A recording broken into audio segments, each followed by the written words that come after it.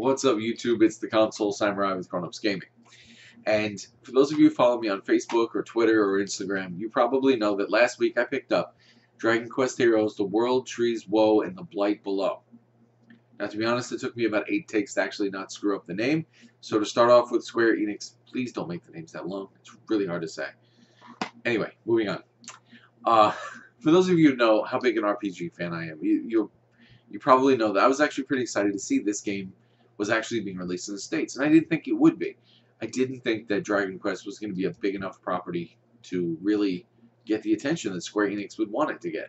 And for that reason, I also did pre-order it. Even though I do frequently talk about you shouldn't pre-order games, I didn't feel like Dragon Quest Heroes was going to be a big enough game to guarantee be at my store, so I did pre-order that one. That's why I have the Day 1 edition. Now, it is, for those of you who don't know what the game is, it's a hack and slash game very similar to Dynasty Warriors or Samurai Warriors or Hyrule Warriors. But it's also very much a Dragon Quest game. And Dragon Quest is another very popular, very old RPG franchise, much like Final Fantasy. And now actually is owned by the same company as Final Fantasy. The two of them merged. And unlike Hyrule Warriors, which was still a fun game, this is not just a reskin of Dynasty Warriors.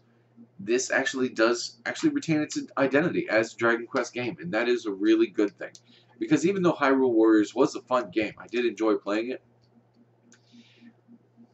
it really is just Legend of Zelda skin put on your general hack and slash. Really nothing stands out. But this is honestly a Dragon Quest game. It's not your typical Dragon Quest game, because it is still a hack and slash as far as the battle and the gameplay, for the most part. But there are still stores you can buy equipment in, and there's side quests, and there's actually a pretty good story. You know, so if you are an RPG fan, this will probably actually be pretty good to you. Now, is this a great game? No, it's not a great game. But it is a legitimately fun game. Especially given the fact that I do like Dragon Quest, and I do like games like Samurai Warriors and Dynasty Warriors, and I liked Hyrule Warriors. So this is actually an enjoyable game. And I'm not completely done with it. I spoke to somebody who said I'm about halfway through, but I haven't finished it yet. I am enjoying it, but I do feel like it could have been better, to be honest. I feel like there are some things that could have been a little bit better. The story was good, as I said. The story wasn't great.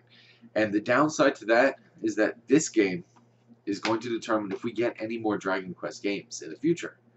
And I really would like to get more Dragon Quest games, so I do wish that this had been done better to kind of pull in a better audience and just ensure that we are going to get games like Dragon Quest 11 and possibly Dragon Quest 10. As I mentioned in a previous video, we may actually get that here in the States, but there's still no word on that one way or the other.